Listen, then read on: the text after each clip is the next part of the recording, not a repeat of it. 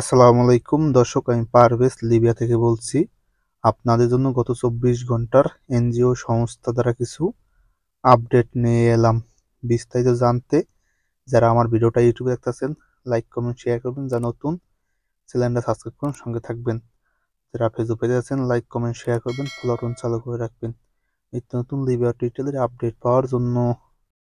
ইউরোপীয় সংস্থা জানাও যে উদ্ধারকারী সংস্থা জাহাজ সেওয়াস 5 তারা গতকাল লিবিয়া থেকে যাওয়া ৪৫ জন শরণার্থীকে ভূমধ্যসাগর থেকে উদ্ধার করছে উদ্ধারকারী সংস্থা জাহাজ সেওয়াস 5।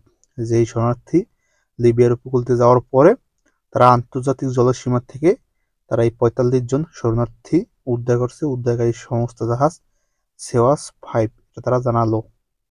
ইউরোপীয় সংস্থা আরো জানালো যে গতকাল আরও ১০০ জন শরণার্থী ভূমধ্যসাগর থেকে উদ্ধার হয়েছে।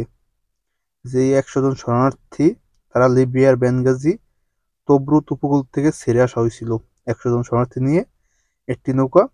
পরে গতকাল ভূমধ্যসাগর থেকে উদ্ধার হয়েছে, এটা জানালো ইউরোপীয় সংস্থা। যেই নৌকাটি লিবিয়ার বেনগাজি তবরুত এলাকার উপকূল থেকে ছেড়ে আসা হয়েছিল, এটা জানালো ইউরোপীয় সংস্থা।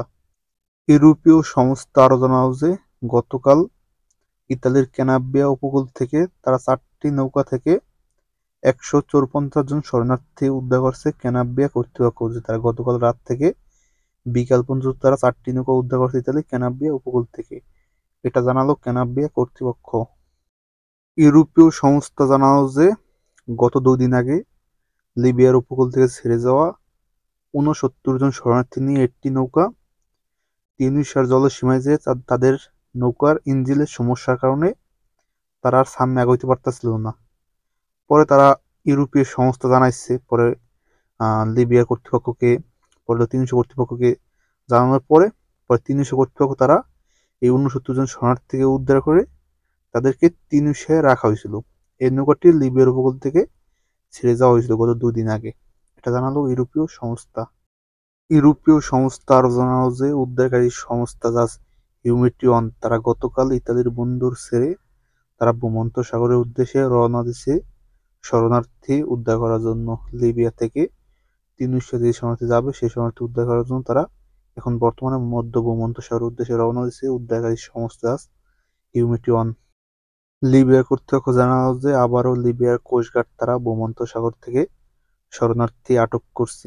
যে তারা ১৮ই ফেব্রুয়ারি থেকে ২৪শে ফেব্রুয়ারি পর্যন্ত তারা ভূমধ্যসাগর থেকে লিবিয়ার কোস্টগার্ড তারা ৩১৬ জন শরণার্থী আটক করছে। এটা হলো ১৮ই ফেব্রুয়ারি থেকে ২৪শে ফেব্রুয়ারি পর্যন্ত তারা এই শরণার্থী আটক করে লিবিয়ায় ফেরত নিয়ে আসা হয়েছে, এটা জানালো লিবিয়ার কর্তৃপক্ষ। আবারও লিবিয়ার আবহাওয়ার বিষয় নিয়ে আলোচনা করবো, যে অনেকে জানতে চান যে এখন বর্তমানে লিবিয়ার আবহাওয়া কেমন।